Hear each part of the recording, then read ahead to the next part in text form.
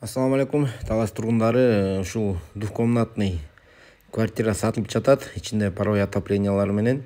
Дареги 185 дом, 47 квартира.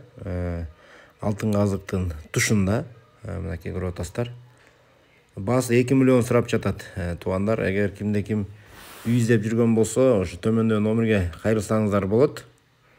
Бардык шарттарын көрүп атасыздар. Ичинде отоплениясы жакшы.